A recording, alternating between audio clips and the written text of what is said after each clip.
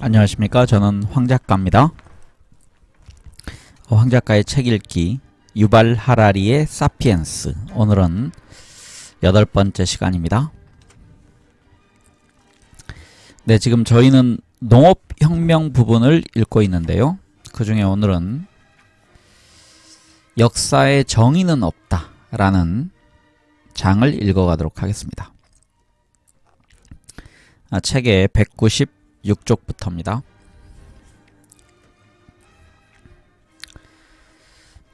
농업혁명 이후 수천 년에 이르는 인간의 역사를 이해하려는 시도는 단 하나의 질문으로 귀결된다. 인류는 어떻게 자신들을 대규모 협력망으로 엮었는가?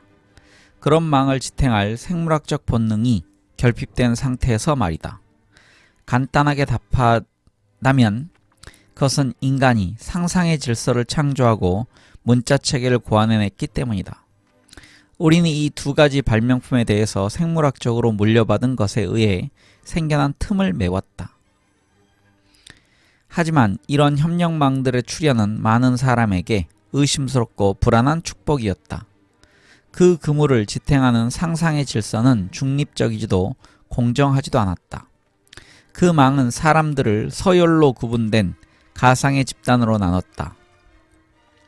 상류층이 특권과 권력을 향유하는 동안 하류층은 차별과 압제로 고통을 받았다. 가령 함무라비 법전은 귀족, 평민, 노예 사이에 서열을 확립했다. 귀족은 좋은 것은 모두 가졌고 평민은 그리고 남은 것을 가졌으며 노예들은 불평을 하면 채찍질을 당했다. 1776년 미국인들이 수립한 가상의 질서는 모든 사람이 평등하다고 선언했지만 한편으로는 또 다른 위계 질서를 확립했다. 이 선언서는 위계 질서로 혜택을 받는 남자와 위계 질서에 힘을 빼앗긴 여자 사이의 위계 질서를 창조했다. 또 자유를 향유하는 백인과 평등한 인권을 누리지 못하는 흑인 및 아메리카 원주민 사이의 위계 질서를 창조했다. 후자는 열등한 인종으로 간주되었기 때문이다. 독립선언서에 서명한 사람 중 많은 이가 노예 소유주였다. 이들은 서명과 동시에 노예를 해방하지 않았으며 스스로를 위선자로 여기지도 않았다. 이들의 견해에 따르면 인간의 권리는 깜둥이와는 아무런 관련이 없었다. 미국의 질서는 또한 부자와 가난뱅이는 계층이 다르다고 선언했다. 당시 대부분의 미국인은 부자 부모가 돈과 사업을 자녀에게 물려주는 데 따른 불평등에 대해서 전혀 문제의식을 느끼지 못했다. 이들이 보기에 평등이란 단순히 부자나 가난한 자 모두에게 동일한 법이 적용되는 것을 의미했다. 평등은 실업수당이나 통합교육, 건강보험과는 아무런 관련이 없었다. 자유란 단어 역시 오늘날과는 그 함의가 크게 달랐다. 1776년에 이 단어는 권력을 박탈당한 사람들, 즉 흑인이나 원주민은 해당되지 않았으며 여성은 더더욱 아니었다. 그래서 다시 읽겠습니다. 1776년 이 단어는 권력을 박탈당한 사람들이 권력을 얻고 행사할 수 있다는 의미가 아니었다. 단지 국가는 특별한 상황을 제외하면 시민의 자유재산을 압수하거나 그 재산으로 어떤 일을 하라고 시민에게 요구할 수 없다는 의미일 뿐이었다. 그렇다 보니 미국의 질서는 부의 위계 질서를 옹호했다. 일부는 이 위계 질서를 신이 부여한 것이라고 생각했고 일부는 불변의 자연법이 구현된 것이라고 보았다. 자연은 인간의 장점을 부로서 보상하고 나태함을 처벌한다는 것이었다. 위에서 열거한 모든 차별, 즉 자유민과 노예, 백인과 흑인, 부자와 가난한 자 사이의 차별은 허구의 뿌리를 내리고 있다. 남성과 여성 사이의 위계 질서는 나중에 논의할 것이다. 하지만 모든 상상의 질서는 그 스스로가 허구에 근원을 두고 있다는 점을 부인하고 자연적이고 필연적이라고 주장한다는 것이 역사의 철칙이다. 가령 많은 사람들이 자유인과 노예 사이의 위계 질서가 자연스럽고 올바르다고 보았는데 이들은 노예제가 인간의 창조물이 아니라고 주장했다. 함무라비는 그것을 신이 정해놓은 것으로 보았다. 아리스토텔레스는 노예에게 맹종하는 본성이 있고 자유민에게는 자유로운 본성이 있다고 주장했다. 이들의 사회적 지위는 단순히 이들의 본성을 반영한 것일 뿐이라는 생각이었다. 백인 우월주의자들에게 인종의 위계질서에 대해서 물어보면 인종 간의 생물학적 차이에 관한 사이비 과학 강의를 듣게 될 것이다. 백인의 혈액이나 유전자에는 백인을 더욱 지적이고 도덕적이며 근면하게 만드는 뭔가가 있다는 말을 듣게 될 것이다. 완고한 자본주의자에게 부의 위계질서에 대해 물어보면 그것은 객관적 능력 차이가 빚어내는 필연적 결과라는 말을 듣게 될 것이다. 이런 견해에 따르면 부자가 더 많은 돈을 가진 것은 더욱 능력 있고 근면하기 때문이다.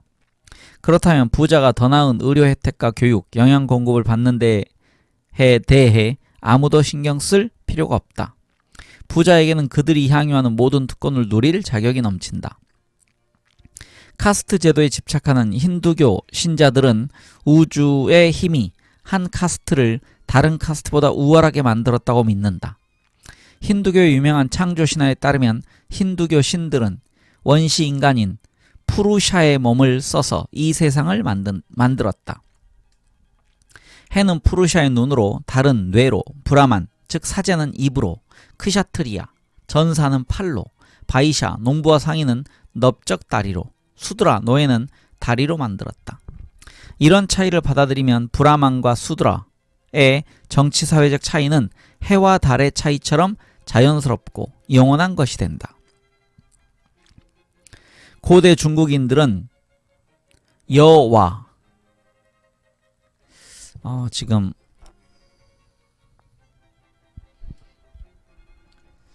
신의 이름인 것 같습니다. 여와 여신이 흙으로 인간을 만들었다고 믿었는데 누런 흙으로는 관료들을 빚었고 갈색 진흙으로는 평민을 빚었다고 했다.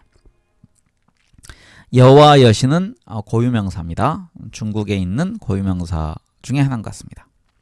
하지만 우리가 아는 한 이런 위계질서는 모든 상상의 산물이다. 정말로 브라만과 수드라가 원시적 존재의 각기 다른 신체 부위로 만들어진 것은 아니다. 두 계급 사이의 차별은 약 3000년 전 인도 북부에서 인간이 발명한 법과 규범에 의해 창조된 것이다. 아리스토텔레스의 견해와 달리 노예와 자유민 사이에 생물학적 본성의 차이가 밝혀진 바는 없다. 인간의 법과 규범이 어떤 사람은 노예로 어떤 사람은 주인으로 변화시킨 것이다. 흑인과 백인 간에는 피부색이나 머리카락 타입 같은 생물학적 차이가 객관적으로 존재하지만 이런 차이가 지능이나 도덕성에 영향을 미친다는 증거는 없다. 대부분의 사람들은 자신들의 사회적 위계질서는 자연스럽고 정당한 데 비해 다른 사회의 것은 잘못되고 우스꽝스러운 기준을 근거로 삼는다고 주장한다. 현대 서구인은 인종 간의 위계질서가 있다는 생각을 비웃으라고 교육받는다. 이들은 흑인이 백인 동네에서 살거나 백인 학교에서 공부하거나 백인 병원에서 치료받는 것을 금지하는 흑인 차별법에 충격을 받는다. 하지만 많은 미국인과 유럽인은 부자와 가난한 사람 사이의 위계질서는 합리적인 것으로 받아들인다. 부자는 따로 떨어져 있는 부자 동네에 살고 따로 떨어져 있는 인류 학교에 다니며 병원 치료도 좋은 시설이 있는 외딴 곳에서 받도록 만드는 위계질서다. 하지만 대부분의 부자가 부유한 이유는 그저 부잣집에서 태어났기 때문이고 대부분의 가난한 사람이 평생 가난하게 사는 것은 그저 가난한 집에서 태어났기 때문이라는 것은 이미 증명된 사실이다. 불행하게도 복잡한 인간 사회에는 상상의 위계질서와 불공정한 차별이 필요한 것으로 보인다. 물론 모든 위계질서의 도덕성이 같은 것은 아니고 일부 사회는 다른 사회보다 더욱 심한 차별로 고통받는 것이 사실이다. 하지만 학자들이 알기로 대규모 사회치고 차별을 전부 없앤 곳은 이제까지 없었다. 사람들은 자기 사회의 구성원들을 가상의 범주에 따라 분류하여 사회의 질서를 창조하는 일을 되풀이했다. 범주는 예컨대 귀족과 농민과 평민과 노예, 백인과 흑인, 고대 로마의 귀족과 평민, 부자와 가난한 자 등이었다. 이런 범주는 어떤 사람을 법적이나 정치적으로 혹은 사회적으로 다른 사람보다 더 우월하게 만들므로써 수백만 명의 사람들 사이의 관계를 조율했다. 위계 질서는 중요한 기능을 하나 수행한다. 완전히 모르는 사람들끼리 개인적으로 아는 사이가 되느라 시간과 에너지를 낭비하지 않고도 서로를 어떻게 대해야 하는지 알 수 있게 해준다는 점이다. 자동차 딜러는 매일 대리점에 들어오는 수십 명의 손님들 중 차를 살 사람과 구경만 하고 갈 사람을 즉시 구분할 필요가 있다. 딜러는 개개인의 성격이나 경제적 사정에 대해서는 알 수 없다. 하지만 손님이 입고 있는 옷 스타일, 연령대, 피부나 머리색 등의 사회적 단서는 활용할 수 있다. 그것이 바로 딜러들이 값비싼 고급 승용차를 살 것 같아 보이는 부유한 변호사와 그저 한번 둘러보고 입맛만 다시는 말단 사무원을 즉시 구분하는 방법이다. 물론 사회적 차별이 형성되는 데는 타고난 능력의 차이도 한몫하지만 능력과 성격의 다양성은 보통 상상의 질서의 영향을 받기 마련이다. 첫째이자 가장 중요한 점은 대부분의 재능에는 육성과 개발이 필요하다는 것이다. 누군가가 재능을 타고났더라도 그것을 키우고 갈고 닦고 훈련할 환경이 되지 않으면 재능은 잠드는 것이 일반적이다. 모든 사람이 능력을 배양하고 가다듬을 기회를 동등하게 누리는 것은 아니다. 그런 기회를 갖느냐 갖지 못하느냐는 그가 자신이 속한 사회의 상상의 위계 질서에서 차지하는 위치에 달려있다. 1700년에 중국에서 일란성 쌍둥이가 태어났다고 생각해보자. 이 중 한 명은 베이징의 부유한 상인의 가정에서 자랐고 학교나 시장, 상류층 사교 모임에서 시간을 보내며 성장했다.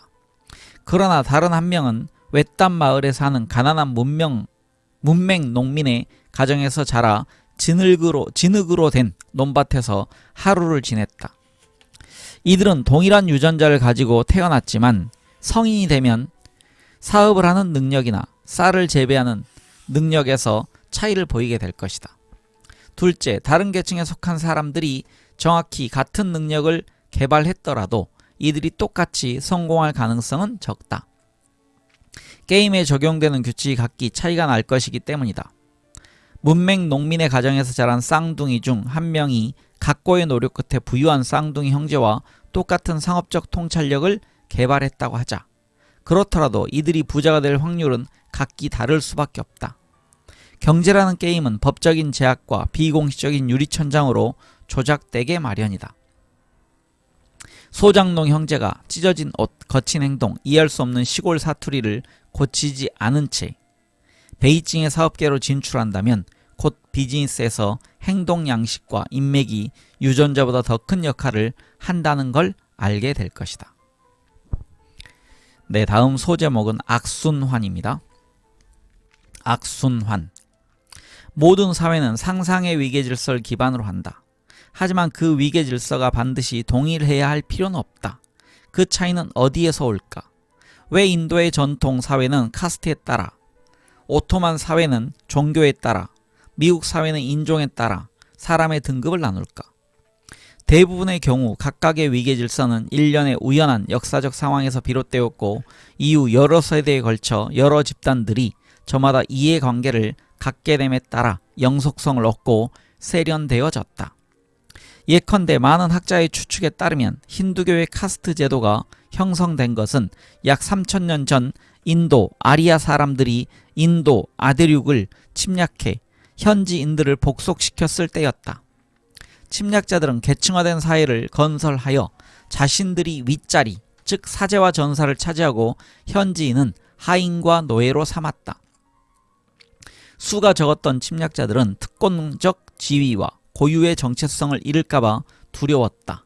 그런 위험을 미연에 방지하기 위해서 그들은 사람들을 카스트로 구분했고 각 카스트는 특정한 직업을 갖거나 사회에서 특정한 역할을 하게 되었다. 카스트마다 법적 지위, 특권, 임무가 각각 달랐다. 카스트를 뒤섞는 사회적 상호작용이나 결혼, 심지어 식사를 함께하는 행위는 금지되었다. 이런 구별은 단순히 법적인 것이 아니라 종교적 신화와 관습이 고유한 일부분이 되었다. 지배자들은 카스트 제도가 우연한 역사적 발전이 아니라 영원한 우주적 실제를 반영한 것이라고 주장했다.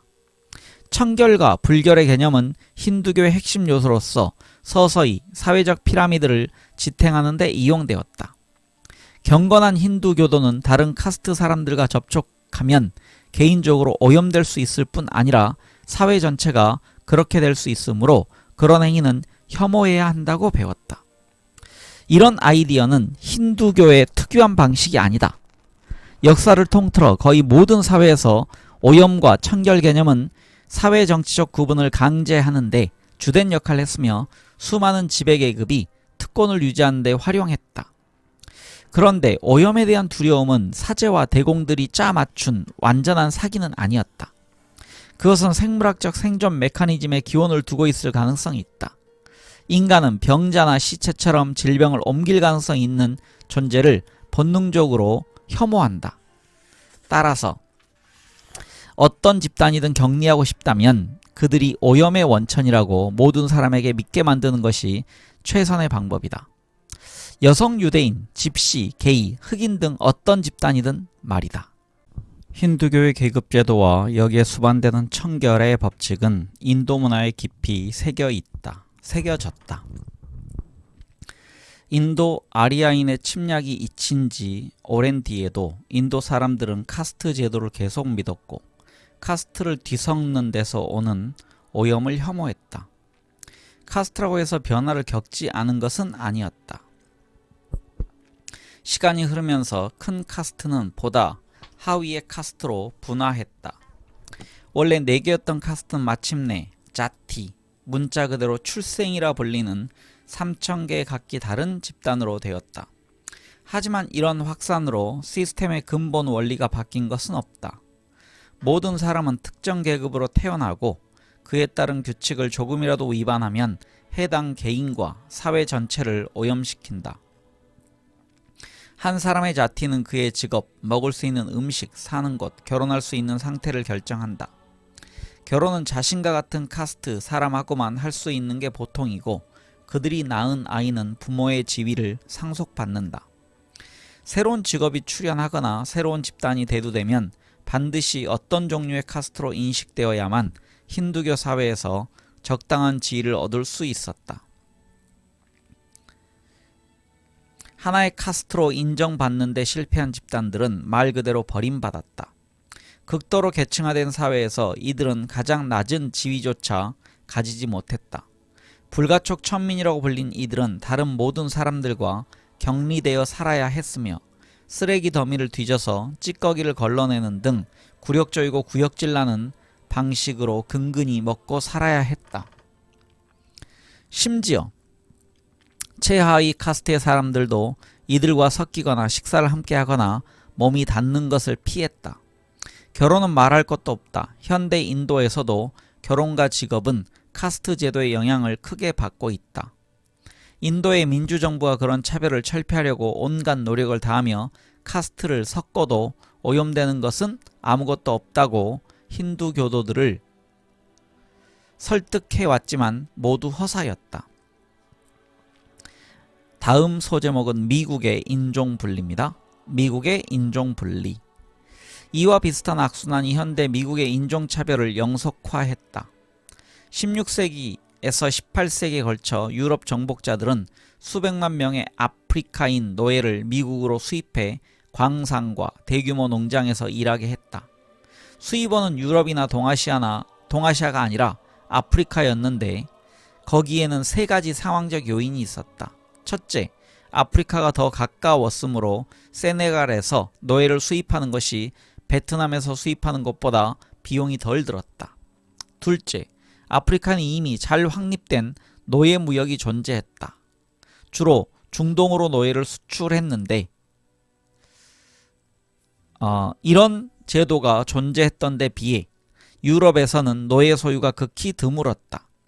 이미 존재하는 시장에서 노예를 사는 것이 무에서 새로운 시장을 만드는 것보다 훨씬 쉬웠다. 셋째, 이자 가장 중요한 이유는 질병이었다. 버지니아, IT, 브라질 같은 곳에 있는 미국의 농장들은 아프리카가 발상지인 말라리아와 황열병에 시달렸다. 아프리카인들은 세대를 거듭하는 이런 질병에 부분적으로 면역이 생겼지만 유럽인들은 완전히 무방비여서 떼죽음을 당했다. 농장 주인으로서는 아프리카 노예에 돈을 투자하는 것이 유럽인 노예나 계약 노동자에게 투자하는 것보다 현명한 선택이었다. 역설적에게도 유전적 우월성, 즉 면역력 관점에서 보자면 이런 우월성이 사회적 열등성으로 번역되었다. 아프리카인들은 유럽인들보다 열대기후에 더 잘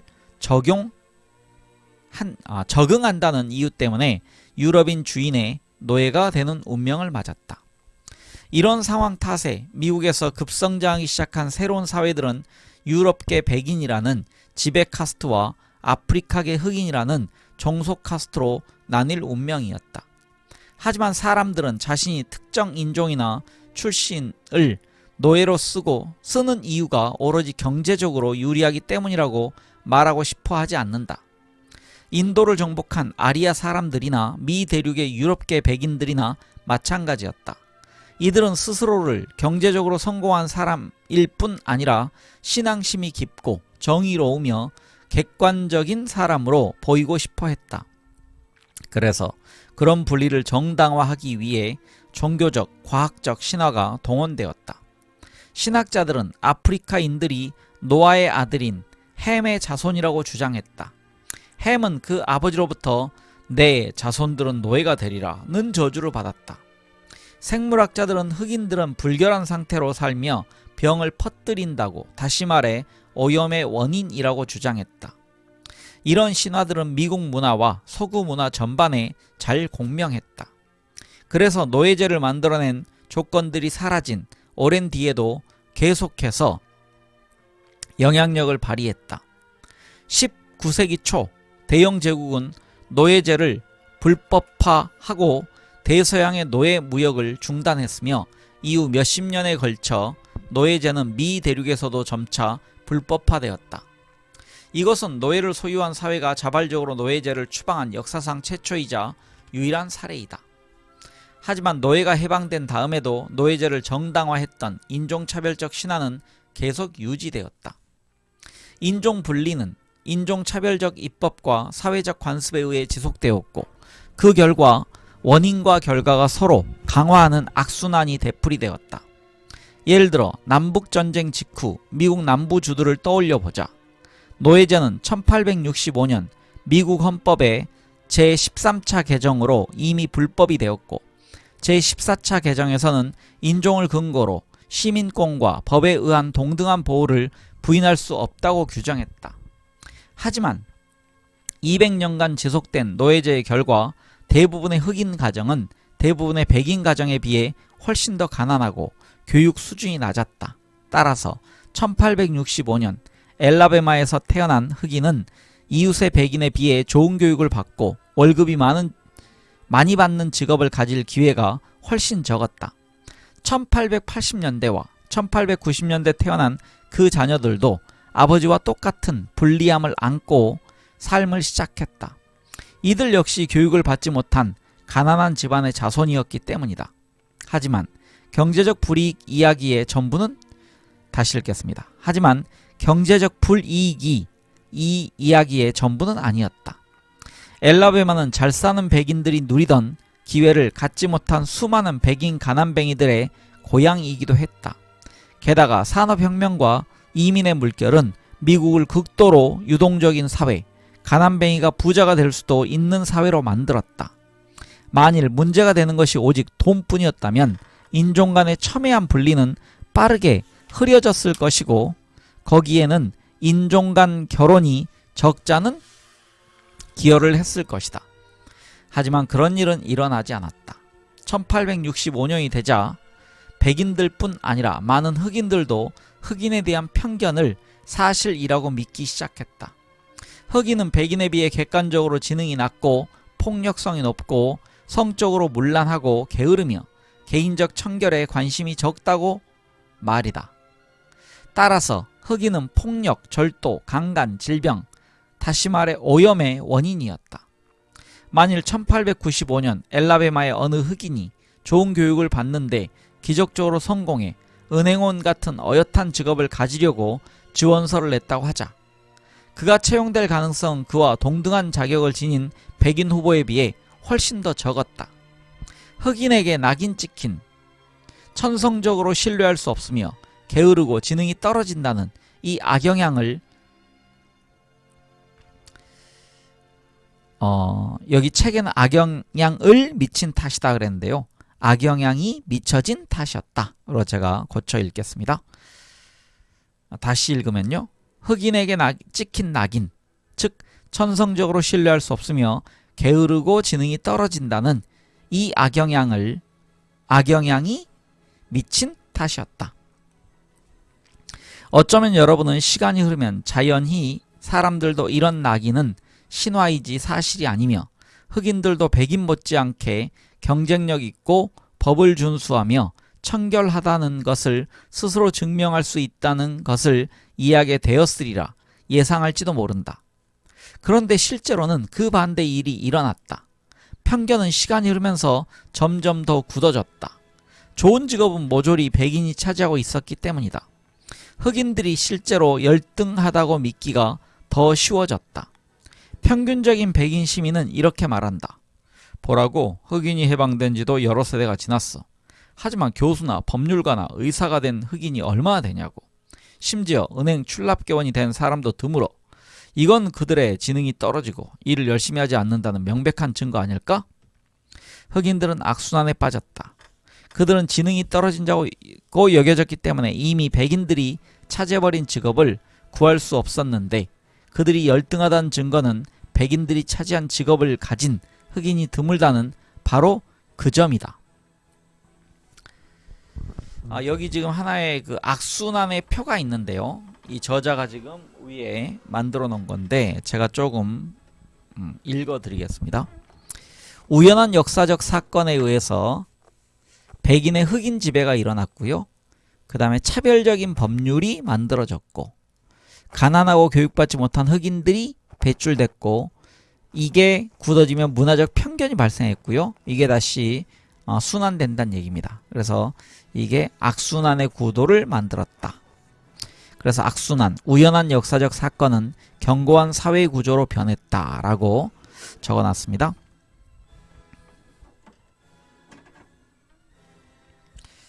악순환은 여기서 멈추지 않았다. 흑인에 대한 낙인 찍기가 심해지면서 이것은 인종을 차별하는 짐 크로법, 괄호 열고 1876년부터 1965년 시행되었던 미국의 인종분리법. 그래서 다시 읽겠습니다. 흑인에 대한 낙인 찍기가 심해지면서 이것은 인종을 차별하는 짐 크로법과 규범으로 제도화되었다. 흑인은 선거에 참가할 수도, 백인 학교에 공부할 수도, 백인 가게에서 물건을 살 수도, 백인 식당에서 음식을 먹을 수도, 백인 호텔에서 잠을 잘 수도 없었다. 이 모든 차별을 정당화하는 근거는 명백했다. 흑인은 천하고 게으르고 악하기 때문에 이들로부터 백인을 보호할 필요가 있다는 것이었다. 백인들은 흑인과 같은 호텔에서 자거나 같은 식당에서 먹고 싶어 하지 않았다. 병에 걸릴까봐 두려워서였다. 백인은 자녀를 흑인이 다니는 학교에 보내고 싶어 하지 않았다. 흑인의 야만성이 두려웠고 악영향을 받을까봐 걱정되었기 때문이다. 그들은 흑인이 선거에서 투표하는 것도 원하지 않았다. 흑인은 무지하고 부도덕하기 때문이었다. 이러한 두려움은 소위 과학적 연구에 의해 정당화되었는데 학자들은 흑인이 실제로 교육 수준이 낮으며 다양한 질병에 걸리는 일이 많고 범죄율이 훨씬 더 높다는 사실을 증명했다. 괄호 열고 이런 연구가 간과한 것은 이런 사실들이 흑인에 대한 차별의 결과라는 점이었다. 괄호 닫고 20세기 중반의 과거 남부에 속했던 주들에서 자행되었던 인종차별은 19세기 말보다 더욱 심했을 것으로 추정된다. 1958년 미시시피 대학교에 지원한 흑인 학생 클래넌 킹은 정신병원에 강제 수용되었는데 판사가 미시시피 대학교에 들어갈 수 있다고 생각한 흑인은 제정신이 아니라고 판결했기 때문이었다. 미국의 남부인 그리고 많은 북부인들이 가장 혐오하는 일은 흑인 남성이 백인 여성과 성관계를 하고 결혼하는 것이었다. 흑백 간의 성관계는 가장 큰 금기가 되었고 그 금기를 어겼거나 어긴 것으로 짐작되면 린치라는 형태로 즉결 처분을 받아 마땅한 범죄로 여겨졌다. 백인 우월주의 비밀 결사대인 Q 클럭스 클럽 즉 KKK단은 그런 살인을 수없이 자행했다. 힌두교의 최상층을 이루는 브라만들에게 청결의 법칙에 관해서 두 수 가르쳐 줄 만한 정도였다. 시간이 흐르면서 인종차별은 점점 더 많은 문화 영역으로 퍼졌다. 미국의 미학 문화는 미에 대한 백인의 기준을 중심으로 세워졌다. 백인종의 신체 특징인 흰 피부와 금발 직모, 약간의 들창코가 아름다운 것으로 인식되었고 흑인의 전형적인 모습인 검은 피부, 검고 덥수룩한 머리, 납작한 코는 추한 것으로 취급되었다. 이런 선입견은 인간의 의식에서 훨씬 더 깊은 수준에 있는 상상의 위계 질서를 각인시켰다. 이런 악순환은 수세기 수천 년 지속되면서 역사적으로 우연히 발생한 질서에 불과한 상상의 위계 질서를 지속시킬 수 있다. 부당한 차별은 시간이 흐르면서 개선되는 것이 아니라 더욱 심해질 수 있다. 돈은 돈 있는 자에게 들어오고 가난은 가난뱅이를 방문하는 법이다. 교육은 교육받은 자에게, 무지는 무지한 자에게 돌아가게 마련이다. 역사에서 한번 희생자가 된 이들은 또다시 희생자가 될 가능성이 크다. 역사의 특권을 누린 계층은 또다시 특권을 누릴 가능성이 크다. 대부분의 사회정치적 차별에는 논리적, 생물학적 근거가 없으며 우연한 사건이 신화의 뒷받침을 받아 영속화한 것에 불과하다. 우리가 역사를 공부해야 하는 훌륭한 이유 중 하나가 이것이다. 만일 흑인과 백인의 구분, 브라만과 수드라의 구분이 생물학적 실체에 근거를 두었다면 어떨까? 만일 브라만이 정말로 수드라보다 더 나은 뇌를 가지고 있다면 그렇다면 인간 사회를 이해하는 데는 생물학으로 충분할 것이다. 하지만 호모사피엔스의 각기 다른 집단이 지니는 생물학적 차이는 사실상 무시할 만한 수준이므로 생물학으로는 인도 사회의 곡절이나 미국의 인종차별의 역사를 설명할 수 없다.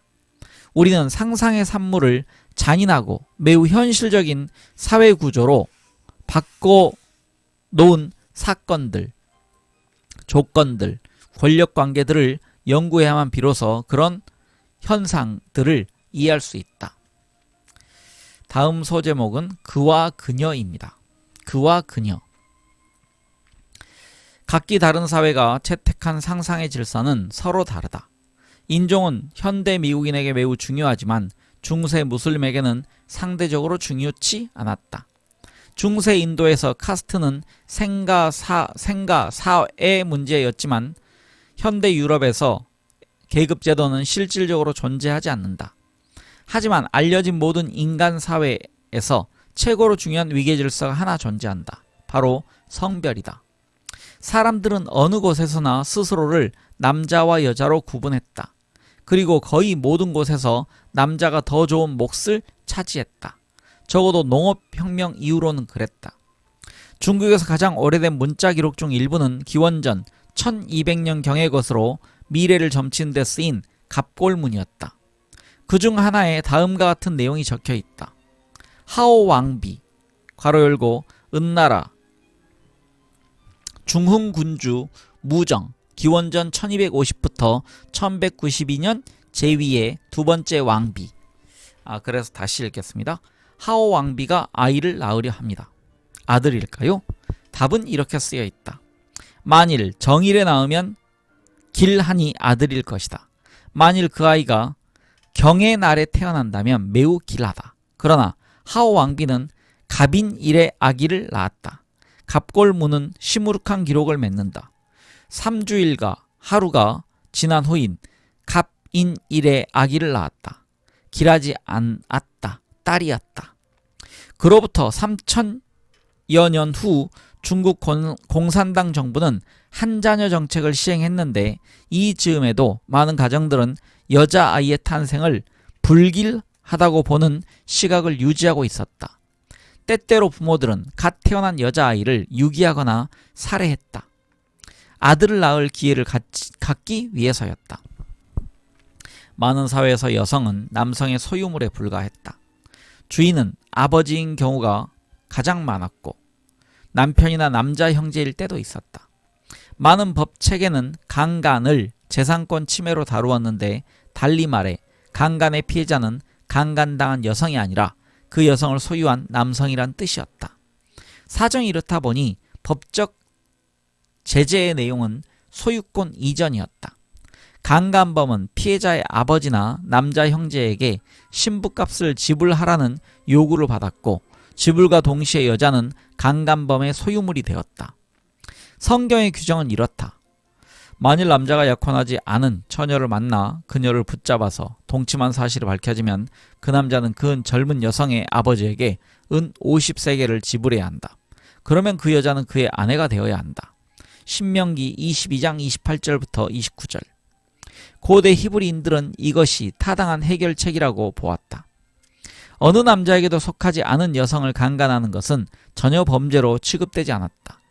복잡한 거리에서 누군가 잃어버린 동전 하나를 줍는 것은 도둑질로 취급하지 않는 것처럼 말이다. 남편이 아내를 강간했다면 범죄가 아니었다.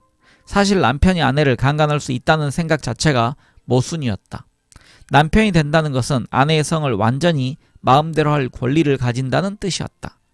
남편이 아내를 강간했다는 말은 누군가가 본인의 지갑을 훔쳤다는 말처럼 비논리적인 것이었다. 이런 사고방식은 고대 중국에서만 통용되던 것이 아니었고 2006년 기준으로 53개국에서 아내는 남편을 강간죄로 기소할 수 없었다. 심지어 독일에서도 1997년에 이르러서야 강간법이 개정되어 부부간 강간이라는 법적 범주가 만들어졌다. 남녀의 구분은 인도의 카스트 제도나 미국의 인종차별적 시스템처럼 상상의 산물일까? 아니면 생물학적 뿌리가 깊은 자연스러운 구분일까? 정말 자연스러운 구분이라면 여자보다 남자를 선호하는 것에 대한 생물학적 설명도 존재할까? 남녀 간의 문화적, 법적, 정치적 차이 중 일부는 성별에 따른 명백한 생물학적 차이를 반영한 것이다. 출산은 언제나 여성의 일이었다. 남자는 자궁이 없기 때문이다. 하지만 모든 사회는 이런 보편적인 핵심 사실 주변에 생물학과 거의 관련 없는 문화적 개념과 규범을 층층이 쌓아 올렸다. 많은 사회가 일련의 속성을 남성성과 여성성에 결부시키지만 대체로 생물학적으로 분명한 근거는 없다. 예컨대 기원전 5세기 아테네의 민주사회에서 자궁을 가진 개인은 독립적인 법적 지위를 가지지 못했으며 평의회 의원이나 판사가 되는 것을 금지당했다. 좋은 교육을 받을 수 없었고 사업을 하거나 철학적 논의에 참여할 수도 없었다. 아테네의 정치 지도자, 위대한 철학자, 웅병과 예술가, 상인 중에 자궁을 지닌 사람은 아무도 없었다. 자궁이 있으면 생물학적으로 이런 직업에 맞지 않는 걸까? 고대 아테네 사람들은 그렇게 생각했다. 현대 아테네 사람들은 그렇지 않다. 오늘날 아테네에서 여성은 투표에 참가하고 공직에 선출되며 연설을 하고 보석부터 빌딩, 소프트웨어에 이르는 모든 것을 디자인하며 대학에 다닌다. 자궁 때문에 남자보다 성공적으로 수행하지 못할 일은 없다. 사실 정치와 상업 분야에서는 여전히 여성 대표자가 부족한 상태다. 그리스 의회 여성 의원은 12%밖에 안 된다. 하지만 정치 참여의 법적 제한은 없으며 대부분의 그리스 사람들은 여성이 공직에 근무하는 것을 매우 정상적이라고 생각한다. 대부분의 그리스 사람들은 또한 남성성의 필수 요소는 여성에게만 성적으로 끌리는 성관계도 여성하고만 하는 것이라고 생각한다. 그들은 이것을 문화적 편견이 아니라 생물학적 진실로 간주한다. 성별이 다른 두 사람의 관계는 자연스럽지만 성별이 같은 두 사람의 관계는 부자연스럽다는 것이다. 하지만 사실을 말하자면 대자연은 남자끼리 서로 성적으로 끌리는 것에 전혀 개의치 않는다. 아들이 옆집 소년과 성관계를 맺고 있다고 해서 소동을 일으키는 것은 오로지 특정 문화에 깊이 물든 인간 엄마뿐이다. 사실 엄마의 분노도 생물학적 필연은 아니다. 적잖은 인간 문화들이 동성애가 합법적일 뿐 아니라 사회적으로 건설적이라고 보았고, 그 가장 두드러진 사례가 바로 고대 그리스였다. 일리아스에는 아킬레스가 파트로클로스와 동성애 관계를 맺는 데 대해 엄마인 테티스가 반대했다는 언급이 전혀 없다. 마케도니아의 올림피아스 여왕은 고대 세계에서 가장 개성이 강하고 단호한 여성의 하나로 꼽힌다. 남편인 필리포스의 암살을 사주했을 정도다. 하지만 그녀는 아들인 알렉산드로스 대왕이 전역을 같이 하려고 연인인 헤파이스티온을 집에 데려왔을 때 발작을 일으키지 않았다. 우리는 생물학적으로 결정되어 있는 것과 단지 사람들이 생물학적 신화를 통해 정당화하려고 노력하는 것을 어떻게 구별할 수 있을까? 양자를 구분하기 좋은 경험 법칙이 있는데, 자연은 가능하게 하고 문화는 금지한다는 기준이다. 생물학은 매우 폭넓은 가능성을 기꺼이 받아들인다. 사람에게 어떤 가능성을 실현하도록 강제하고 다른 가능성을 금지하는 장본인은 바로 문화다. 생물학은 여성들에게 아이를 낳는 능력을 주었고, 일부 문화는 여성들에게 그 가능성을 실현하는 것을 의무로 지웠다. 생물학은 남자들끼리 성관계를 즐길 수 있게 했고, 일부 문화는 그런 가능성을 실현하는 것을 금지했다. 문화는 자신이 오로지 부자연스러운 것만 금지한다고 주장하는 경향이 있지만, 생물학적 관점에서 보자면 사실 부자연스러운 것이란 없다. 가능한 것이라면 그게 무엇이든 처음부터 자연스러운 것이다. 정말로 부자연스러운 행동, 자연법칙에 위배되는 행동은 아예 존재 자체가 불가능하므로 금지할 필요가 없다. 수고롭게 실이 남자에게 광합성을 금지하거나 여자에게 빛보다 빨리 달리지 못하게 하거나 음전하를 띤 전자가 서로에게 끌리지 못하도록 금지한 문화는 하나도 없었다. 진실을 말하자면 자연스러움과 부자연스러움이라는 우리의 관념은 생물학이 아니라 기독교 신학에서 온 것이다. 자연스러움이란 말의 신학적 의미는 자연을 창조한 신의 뜻에 맞는다는 뜻이다. 기독교 신학에서는 신이 인간의 몸을 창조할 때 사자와 다시 읽겠습니다. 기독교 신학에서는 신이 인간의 몸을 창조할 때 사지와 장기가 특정 목적을 수행하게 하려는 의도를 가졌다고 주장한다. 우리가 사지와 장기를 신이 마음에 그렸던 목적에 맞게 사용한다면 그것은 자연스러운 활동이고, 신의 의도와 다르게 사용한다면 부자연스러운 것이다. 하지만 진화에는 목적이 없다. 장기는 어떤 목적을 가지고 진화한 것이 아니며 그 사용 방식은 끊임없이 변화했다. 인체의 장기 중에 그것이 원형 상태로 수억 년 전 처음 등장했을 때 했던 일만을 하고 있는 것은 단 하나도 없다. 장기는 특정 기능을 수행하기 위해 진화하지만 일단 존재하게 되면 다른 용도로 사용되는 방향으로 적응할 수 있다. 가령 입이 등장한 것은 가장 초기에 다세포 생명체가 영양소를 몸 안으로 섭취할 필요가 있었기 때문이고, 우리는 지금도 그런 용도로 입을 사용하지만 동시에 키스하고 말하는 데도 사용한다. 람보라면 수류탄 핀을 뽑을 때도 써먹는다. 이런 용도 중 어느 하나라도 부자연스러운 것이 있을까? 벌레 비슷하게 생겼던 6억 년 전에 우리 선조가 입으로 하지 않던 일이라는 이유만으로? 마찬가지로 날개도 처음부터 모든 공기역학적 장점들을 갖추고 갑자기 나타난 것이 아니다. 원래 다른 목적으로 쓰였던 기관에서 발달했다. 한 이론에 따르면 곤충의 날개는 날지 못하는 벌레의 신체에서 돌출한 부위로부터 수백만 년 전 진화했다. 튀어나온 혹이 있는 벌레는 신체 표면적이 더 넓었고, 덕분에 햇빛을 더 많이 흡수해서 체온을 따뜻하게 유지할 수 있다.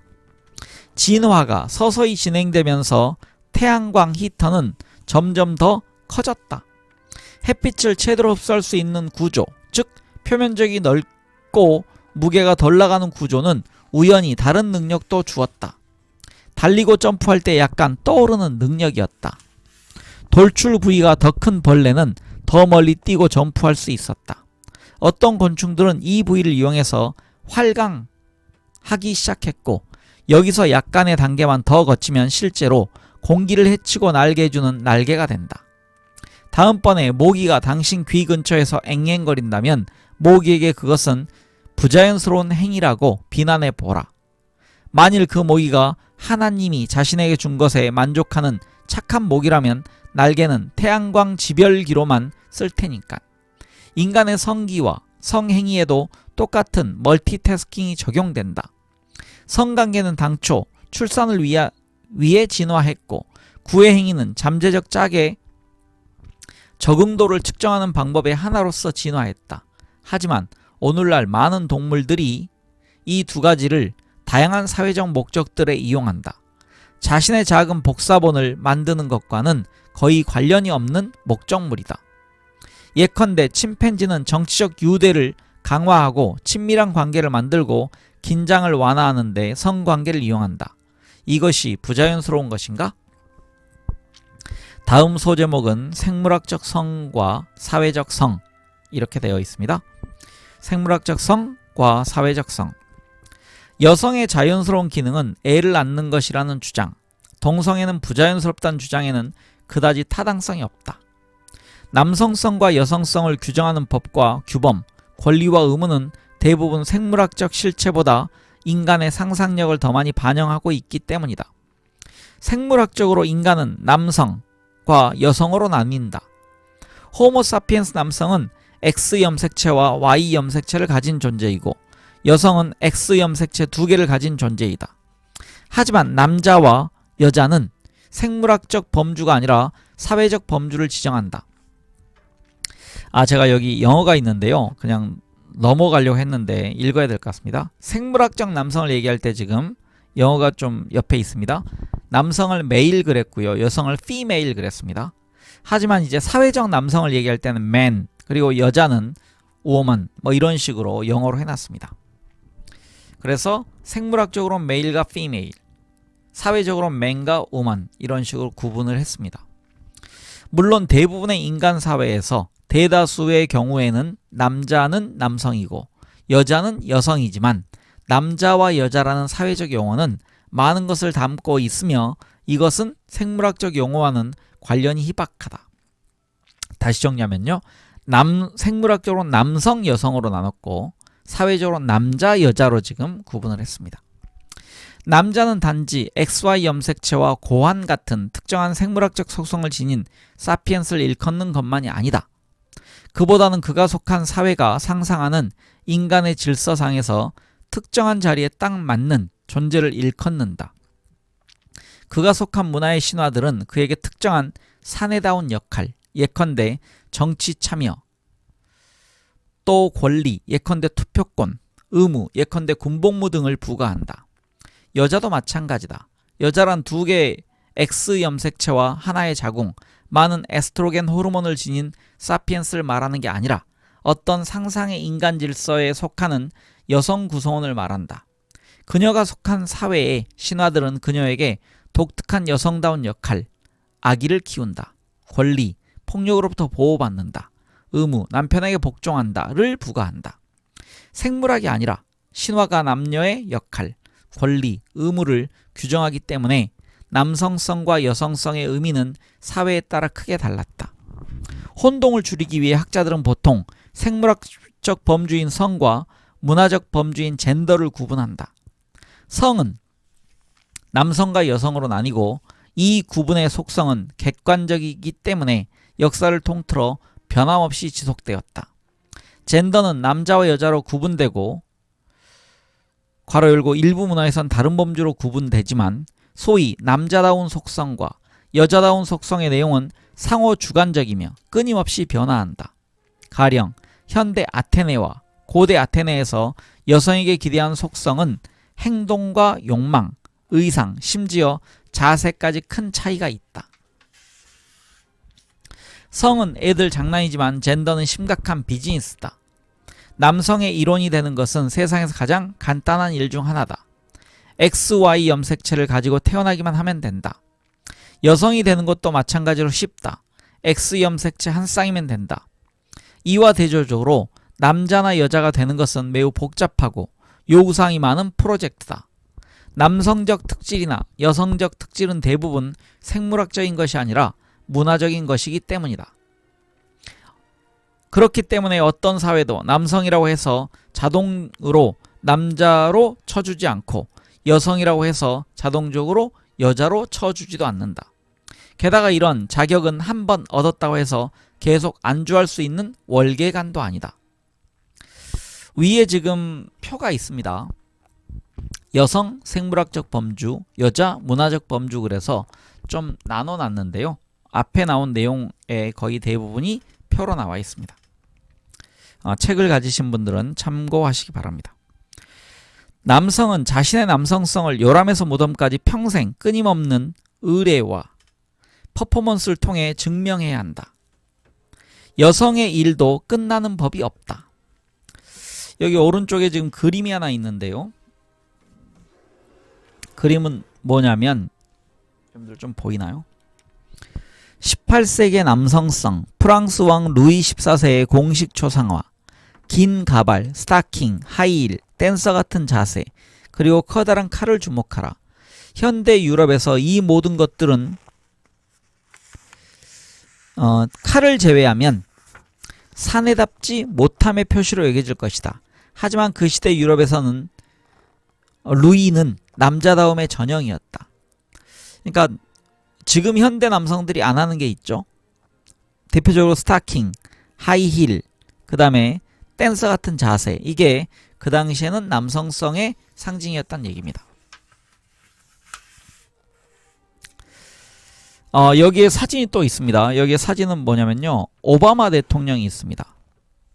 오바마 대통령 옆에 해설은 지금 보이나요? 21세기의 남성성, 집무실에 있는 버락 오바마 대통령, 가발과 스타킹, 하이힐, 칼은 어디에 간 것일까? 지배적인 남성이 오늘날처럼 둔하고 따분하게 보이는 시절은 또 없었다. 역사상 대부분의 기간 동안 지배적인 남성의 모습은 화려하고 현란했다. 깃털머리 장식을 한 아메리카 원주민 추장이나 비단과 다이아몬드로 치장한 힌두교의 옛 군주들이 그랬던 것처럼 말이다. 동물의 왕국에선 언제나 수컷이 암컷보다 더욱 화려하고 액세서리를 많이 착용하는 경향이 있다. 공작의 꼴이나 사자의 갈기를 생각해보라. 하지만 현대 남성은 이렇게 상대적으로 단순해졌다는 겁니다. 여성은 평생 스스로와 타인들에게 자신이 충분히 여성적이라는 사실을 확신시켜야 한다. 그게 꼭 성공한다는 보장은 없다. 특히 남성은 자신의 남성성을 잃을까봐 끊임없이 두려워하며 살아간다. 역사를 통틀어 남성들은 오로지 남들에게서 그는 진짜 남자야 라는 말을 듣기 위해 기꺼이 생명의 위험을 무릅쓰거나 심지어 목숨을 바쳐왔다. 다음 소제목은 남자가 뭐가 그렇게 좋을까? 란 제목입니다. 적어도 농업혁명 이후부터 대부분의 인간 사회는 남자를 여자보다 더 높게 평가하는 부계 사회였다. 한 사회가 남자와 여자를 무엇라고 규정하든 남자가 되는 편이 언제나 더 나았다. 부계 사회는 남자에게 남성적으로 생각하고 행동하라고 가르치고 여자에게는 여성적으로 행동하고 생각하라고 가르친다. 감히 남녀를 구분짓는 경계를 넘는 사람은 예외 없이 차별하지만 가르침을 따르는 사람에게 동등하게 보상하지는 않는다. 남성적이라고 평가받는 속성들은 여성적이라고 평가받는 속성에 비해 더 높은 가치를 부여받고 여자다움의 이상을 구현한 구성원은 남자다움의 이상을 구현한 구성원에 비해 얻는 것이 더 적다. 여성의 건강에 투자되는 자원은 더 적고 여성은 경제적 기회도 정치 권력도 이동의 자유도 더 적게 지닌다. 젠더는 이상한 경주와 같아서 어떤 주자들은 아무리 경쟁해봐야 겨우 동메달만 딸 수 있다. 물론 알파의 지위까지 올라간 여성이 한 줌 있기는 했다. 이집트의 클레오파트라, 중국의 측전 무후, 기원 후 700년, 영국의 엘리자베스 1세. 하지만 이들은 규칙의 존재를 증명하는 예외에 해당한다.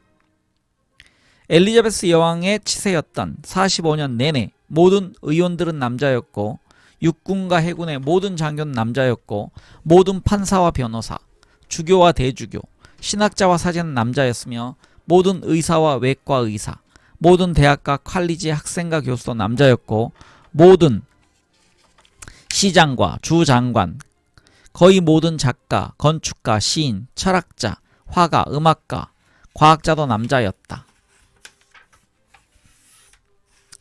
가부장제는 거의 모든 농경 및 산업사회에서 표준이었다.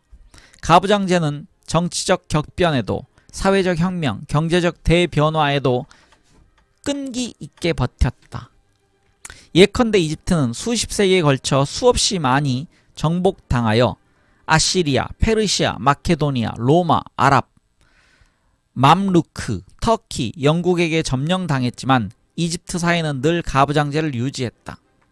이집트는 파라오의 법, 그리스의 법, 로마의 법, 무슬림의 법, 오토만 제국의 법, 영국의 법의 통치를 받았지만 이 모든 법은 진정한 남자가 아닌 다른 모든 사람을 차별했다. 가부장제는 너무나 보편적이기 때문에 우연한 사건에 의해 촉발된 모종의 악순환의 결과일 수가 없다. 심지어 1492년 콜럼버스의 미 대륙 상륙 이전에도 미 대륙과 아프로아시아의 대부분이 가부장제 사회였다. 이전 수천 년간 두 대륙이 전혀 좁혀지지 않았는데도 말이다. 만일 아프로아시아의 가부장제가 우연히 발생한 것이라면 아즈텍과 잉카는 왜 가부장제가 있단 말인가? 남자와 여자의 정확한 정의가 문화마다 다를지라도 거의 모든 문화가 여성성보다 남성성을 가치 있게 여기는 데는 모종의 보편적인 생물학적 이유가 존재할 가능성이 매우 크다. 그 이유가 무엇인지 우리는 모른다. 수많은 이론이 있지만 설득력이 있는 것은 없다. 다음 소제목은 근력입니다. 근력, 근육의 힘. 가장 흔한 이론은 남자가 여자보다 더 힘이 세기 때문에 더 큰 완력을 사용해서 여자를 강제로 굴복시켰다고 말한다. 같은 주장을 좀 더 교묘하게 펼치는 버전에서는 남자는 힘이 세기 때문에 밭갈기나 추수처럼 힘든 노동이 필요한 업무를 독점할 수 있었다고 말한다. 남자는 덕분에 식량 생산을 통제할 수 있었고 이것이 정치적 영향력으로 나타났다는 것이다. 이처럼 근력을 강조하는 데는 두 가지 문제가 있다. 첫째, 남자가 여자보다 강하다는 진술은 평균적으로만, 그리고 특정한 종류의 힘에 대해서만 옳다. 일반적으로 여자는 굶주림, 질병, 피로에 대한 저항력이 남자보다 크다. 또한 많은 남자보다 더 빨리 달리고 더 무거운 것을 들 수 있는 여자도 많다. 게다가 이 이론의 가장 큰 문제는 역사를 통틀어 여자는 육체적 노력이 거의 필요 없는 직업, 즉 사제, 법률가, 정치인에서 대체로 배제되어 왔으면서도 들일이나 수공예, 가사노동처럼 힘든 육체노동에 종사했다는 점이다. 만일 사회적 권력의 분할에 육체적 힘이나 지구력이 직접 관련되었다면 여자는 실제보다 훨씬 더 많은 것을 얻었을 것이다. 이보다 더욱 중요한 사실은 인간의 경우 육체적 힘과 사회적 권력 사이에 직접적인 관련이 없다는 점이다.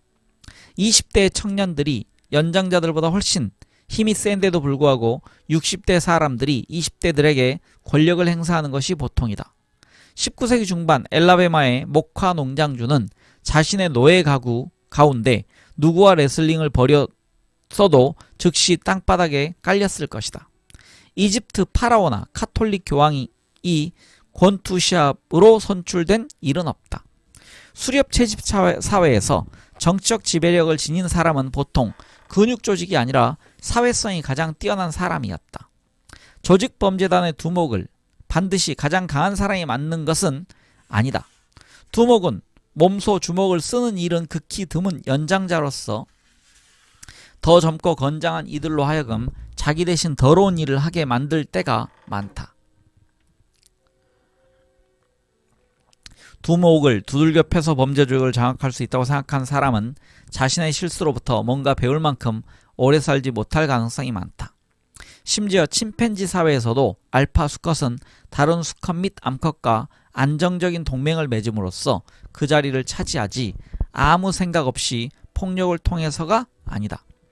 사실 역사를 보면 신체적 기량과 사회적 권력 사이에 반비례 관계가 성립하는 경우가 흔히 있다.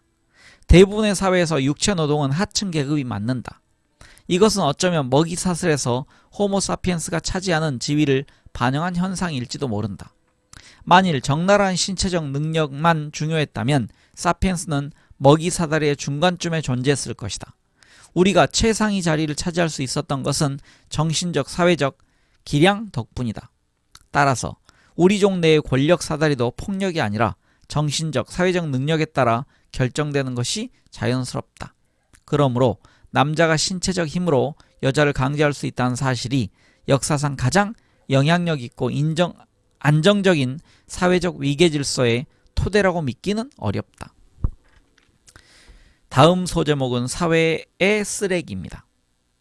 사회의 쓰레기. 또 다른 이론은 다시 읽겠습니다. 또 다른 이론은 남성의 지배가 힘이 아니라 공격성의 결과라고 설명한다. 수백만 년에 걸친 진화 결과 남자는 여자보다 폭력성을 훨씬 더 많이 갖게 되었다. 증오와 탐욕과 학대에 관해서라면 여자도 남성에 필적하지만 다른 대안이 없을 때 순수한 물리적 폭력을 사용하려는 경향은 남자가 더 크다고 이 이론은 설명한다. 역사를 통틀어 전쟁이 남자의 특권이었던 것은 이 때문이다. 전시의 군대를 통제하는 것이 남자들이었기 때문에 남자는 민간사회에서도 주인이 되었다. 그리고 남자들은 민간사회에 대한 통제권을 이용해서 더 많은 전쟁을 벌였고 전쟁의 횟수가 늘어날수록 사회에 대한 남자의 통제력도 커졌다. 이런 되먹임 거리는 전쟁이 도처에 존재하고 가부장제가 도처에 존재한다는 이유를 둘 다 설명해준다.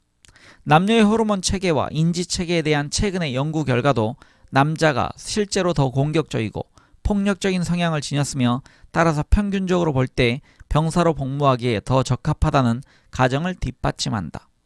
하지만 병사가 모두 남자라고 해서 전쟁을 관리하고 그 결실을 차지하는 사람도 남자라야 한다는 법이 있을까? 이것은 말이 되지 않는다.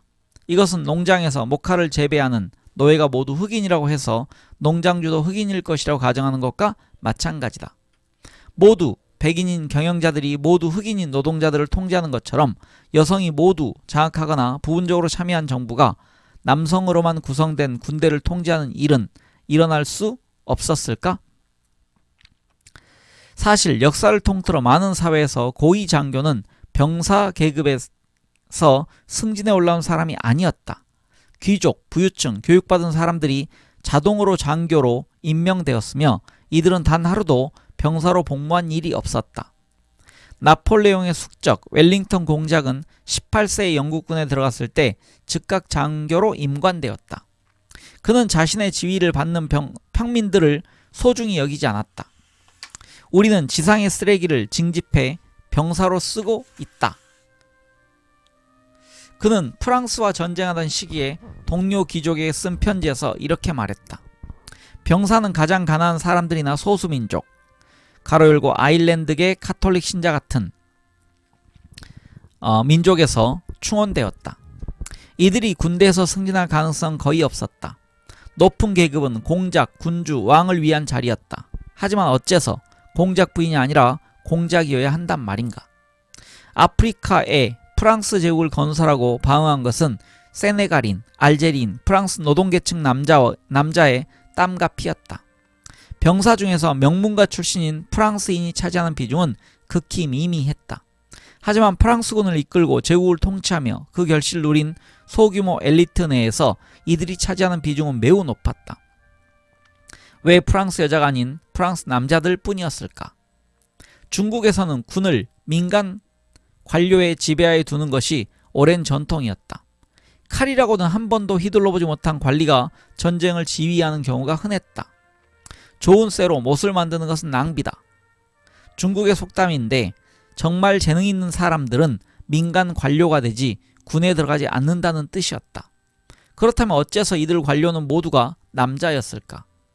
여자는 체력이 약하거나 테스토스테론 수치가 낮은 탓에 성공한 관료나 장군, 정치인이 될 수 없었다는 주장에는 타당성이 없다. 전쟁을 이끌려면 분명 지구력이 필요하지만 강인한 체력이나 큰 공격성이 필요한 것은 아니다. 전쟁은 술집에서 벌이는 주먹다짐이 아니다. 고도의 조직과 협동, 유화 정책을 필요로 하는 매우 복잡한 프로젝트다.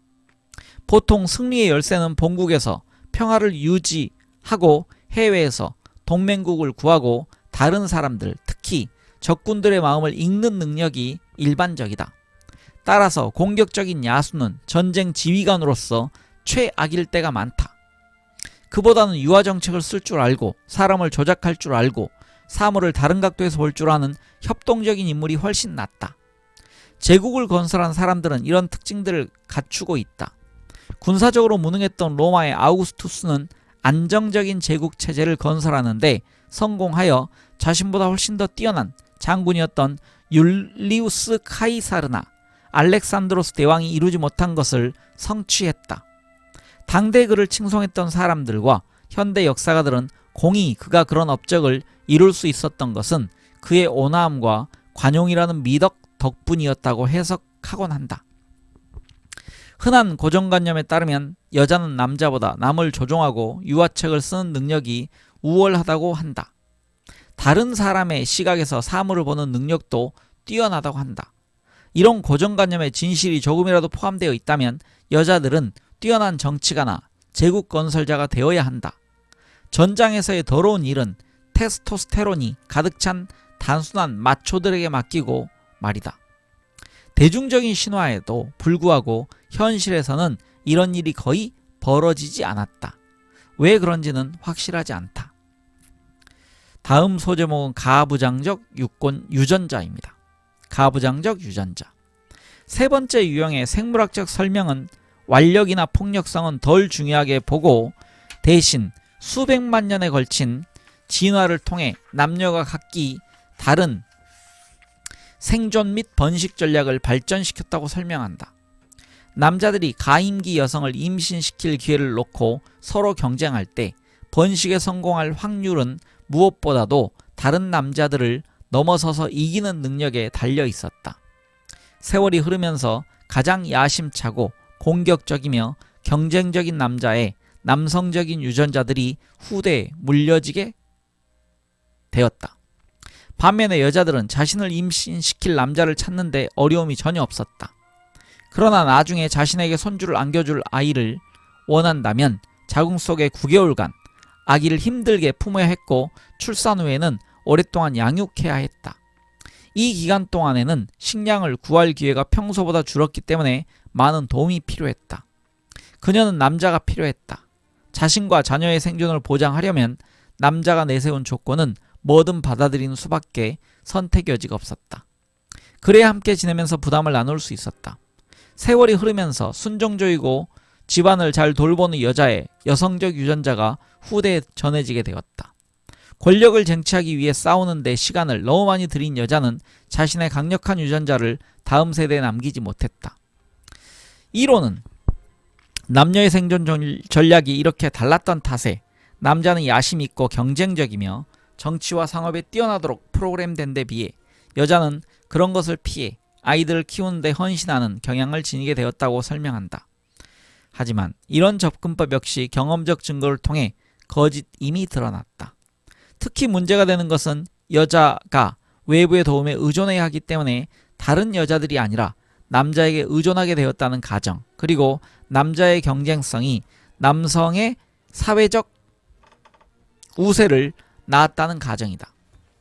동물의 세계에는 코끼리나 보노보처럼 의존적인 암컷들과 경쟁적인 수컷들 간의 역학관계의 결과로 목권 중심의 사회가 나타난 종이 많다. 암컷들은 외부의 도움이 필요하기 때문에 사회적 기술을 발달시켜야 했으며 협력하고 설득하는 방법을 배워야 했다. 이들은 암컷들로만 구성된 사회적 네트워크를 건설해서 서로 도우며 새끼를 키우게 되었다. 한편 수컷들은 싸우고 경쟁하는 데 시간을 보냈다. 수컷들의 사회적 기술과 사회적 유대는 발달하지 못했다. 보노보와 코끼리 사회는 협력적인 암컷들로 구성된 강력한 네트워크가 통제하고 자기중심적이고 비협력적인 수컷들은 변방으로 밀려났다.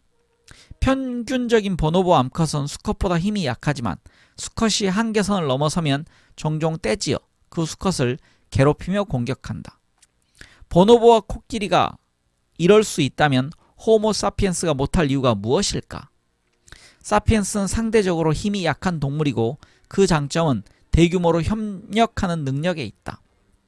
만일 그렇다면 여자들이 비록 남자에게 의존한다 할지라도 협력이라는 우월한 사회적 기술을 이용해 공격적이고 자율적이며 자기중심적인 남자들의 허를 찌르고 조종하리라고 예상할 수 있다. 무엇보다도 협력 덕분에 성공한 종에서 협력성이 더 떨어진다는 개념, 즉 남자들이 협력성이 더 뛰어난 개체, 여자들을 통제한 일이 어떻게 벌어진 것일까? 현재로서 명확한 답이 없다. 어쩌면 일반적인 가정들이 틀린 것일지 모른다.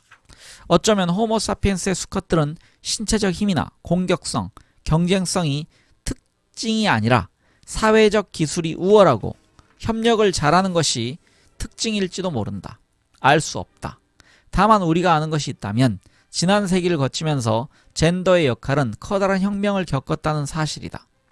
오늘날 점점 더 많은 사회가 남녀에게 동등한 법적 지위와 정치적 권리, 경제적 기회를 부여하고 있다. 그뿐만 아니라 젠더와 성에 대한 가장 기본적인 개념들을 완전히 다시 생각하고 있다. 젠더의 격차는 아직도 상당하지만 변화는 굉장한 속도로 진행되어 왔다. 20세기 초만 해도 여성에게 투표권을 준다는 생각은 대부분의 미국인들에게 언어 도단으로 받아들여졌다. 여성이 내각의 장관이 된다거나 연방 대법원 판사로 임명될 수 있다는 생각은 그냥 웃긴 소리로 들렸다. 한편 동성애는 극도로 금지시되는 주제라 공개적으로 논하는 것조차 불가능했다. 21세기 초에 여성의 참정권은 당연한 것으로 받아들여진다. 여성 강요는 논평거리도 되지 않는다. 그리고 2013년에 미국 연방 대법관 5명은 그중 3은 여성이었는데 동성결혼 법제화를 선호하는 판결을 내렸다. 남성 대법관 4명의 반대를 다수결로 누른 결과였다. 바로 이런 극적인 변화들 때문에 젠더의 역사가 그토록 혼란스러운 것이다. 만일 오늘날 분명하게 밝혀지고 있듯이 가부장제가 생물학적 사실보다 근거 없는 신화들의 기반을 둔 것이라면 이 제도가 이토록 보편적이고 안정된 이유는 대체 무엇일까? 네, 제가 지금 2부 마지막 장을 읽었습니다. 저희가 방금 읽은 2부 마지막 장의 제목은요, 역사의 정의는 없다란 부분이었습니다. 제가 개인적으로 이 부분을 읽으면서 지금 3번을 끊어 읽었는데요. 하나는 중간에 다른 전화가 와서고요. 두 번째는 컴퓨터상의 문제가 있어서 그 3개를 읽는 편집을 해야 되지만 상당히 긴 부분이었습니다. 그리고 또 여러 지금 질문을 하고 있습니다. 작가가 답을 주기보다는 이러이런 것들을 설명하면서 답을 주고 있는데 이 문제는 아마 우리가 살아가는 평생 해결되지 않을 문제 그리고 정답을 찾는 과정 속에 우리는 있을 것 같습니다. 네, 다음 시간에는 인류의 통합이라는 제3부를 읽어가도록 하겠습니다. 네, 함께 해주셔서 감사합니다. 저는 황 작가였습니다. 물러가겠습니다.